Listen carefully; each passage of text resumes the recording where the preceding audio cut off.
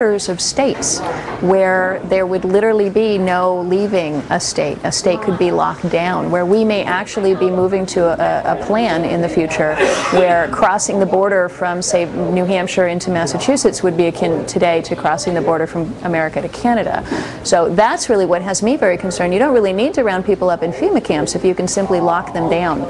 I'll give you one example. The city of Cambridge, I recently interviewed on my radio program a city council member from Cambridge who had given back money that was used to install video cameras, federal money for video cameras, at all the points of egress from Cambridge. And she said, why do we need this? And the answer was, well, in the event that we have to shut Cambridge down and keep people in, we need to know what the routes are out of the city so we can set up checkpoints and prevent people from leaving.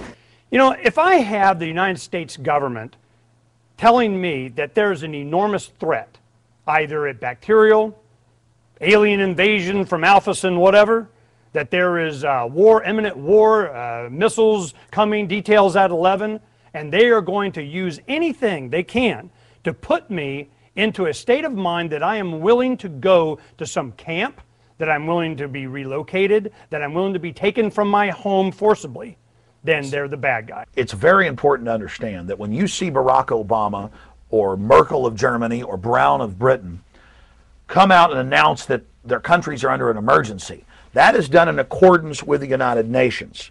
And that's done so executive orders signed by all of these countries can be activated, which supersede the rights and liberties of the people and allow quarantine, forced inoculation, mass arrest, lockdown of cities. Even states have passed laws to mirror the federal and international. Texas passed a law that during an emergency they can lock you up, make you wear a bracelet, make you go to a FEMA camp. We know through the clergy response teams, they're training pastors all over the nation to tell their flocks to take the inoculations, to go to the relocation centers. Well, what's the difference? What's the difference between Bush and Obama? Every wrong thing that Bush was doing, Obama has taken it to the 10th power and has accelerated it and made it worse. Was Bush a socialist? Absolutely. Was Bush a good president? Absolutely not. Did he do things contrary to the Constitution? Absolutely. Did he get us involved in foreign wars that we should not be involved in? Yes. Was he willing to compromise our freedom and security and safety for his own political patty caking? Yes. When the World Health Organization declares a level 6 pandemic, then all of the other mechanisms engage at the national, state, and local level. There are plans through the World Health Organization at the local level that require level 6 before some of the more draconian methods can be implemented. Mandatory flu vaccinations or mandatory quarantines mark a pivotal role in this nation's fight against civil injustice. If a person truly has control over their own body, then how can any government force them to be inoculated against their will? With the simple declaration of a national emergency, the Constitution can be suspended indefinitely.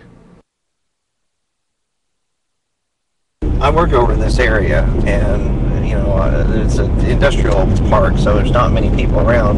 One day I'm driving around and I see, hundreds of people walking down the sides of the road, and I was trying to figure out what was going on. Well, ran into a police officer, and he said that they had evacuated people from Hurricane Gustav and were housed here at the Lucent building. They all had their little bracelets on and stuff, and I guess if they weren't in by a certain time, they got locked out. So, and they had the portable bathrooms in there.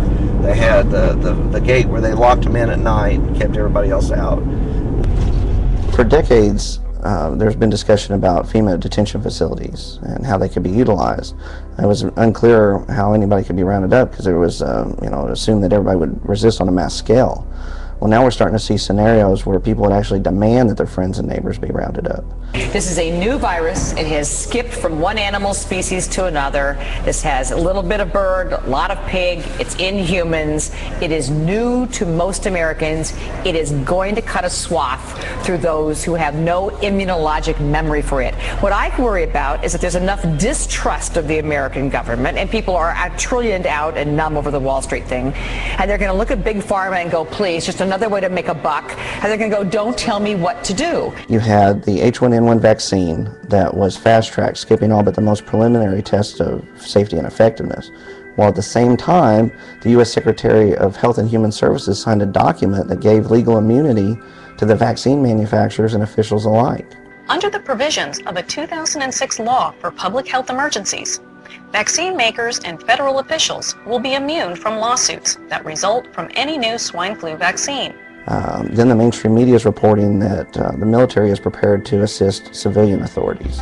The military is expected to put together teams across the country to deal with a possible outbreak this fall. Fox News has confirmed that Northcom has a proposal sitting on the desk of Secretary of Defense Robert Gates that would authorize the military to back up FEMA should there be an H1N1 pandemic. The proposal comes from Northcom Commander Victor Renoir, who wants permission to set up 5 regional military teams who will respond if FEMA says it needs help. The plan called for military task force to work in conjunction with FEMA. You know, at the same time they're going through all these training scenarios where military and law enforcement are facing angry citizens. There is no proof that the government is building detention camps around the country. Then about the same time you had scientists, health officials, law enforcers, first responders, and other experts that gathered to discuss pandemic response at the International Swine Flu Conference. The World Health Organization is holding emergency meetings and may declare a worldwide pandemic. Some of the breakout sessions included topics such as psychological issues, like unwillingness to follow government orders. And the Constitution says the police can't break into your home, and the police can't take your children away from you, and parents decide what medication the children get, not the government. Then in Oklahoma, we found that there are administrative rules that say that you can be forcibly vaccinated against your will. Basically, it says that you can be taken immediately into custody and for the purposes of treatment or examination. And once he declares an emergency, he can authorize non-healthcare licensed personnel, read that to mean police, to vaccinate people against their will. So this means that you and your family can be forcibly vaccinated against your will, all on the orders of a single unelected official, the health commissioner. This completely bypasses all checks and balances. Subsequent sections address the issue of isolating people at home, hospitals, or alternate facilities. Well, Andrew Griffin from RedditReport.com here in Oklahoma went looking for answers from the Oklahoma State Department of Health. He spoke to Larry Weatherford, and when asked about alternate facilities that would be utilized, Larry stated the old Lucent Technologies building in western Oklahoma City, where Hurricane Gustav evacuees were housed. Well, the Lucent Technology building is located in western Oklahoma City. It's a huge building, lots of open warehouse space, almost completely surrounded by barbed wire fence with secured gates that have guard shacks beside them. And then in the back, there's rail access, which meets the criteria of what people call a FEMA concentration camp. I mean, there's no sign out front that says FEMA concentration camp, but it's one of these deals where it's this gray area. But immediately that when they wanted to utilize it, it could be put into effect. For decades, people have talked about FEMA detention facilities, but it's always been, a point of contention on how people would be able to be rounded up in these, because everyone assumes that there would be mass resistance to it. Well, now we're starting to see scenarios where people would actually demand that their friends and neighbors be rounded up in case of a pandemic, or be it true or false. At least the impression of a pandemic would be enough to initiate that type of behavior. This is behind me is the Lucent building. It's an enormous facility, a huge open warehouse space where previously evacuees from Hurricane Gustav have been housed. It's a large open parking lot areas here with secure fence all around, barbed wire facing in, and a railroad tracks just a few feet away.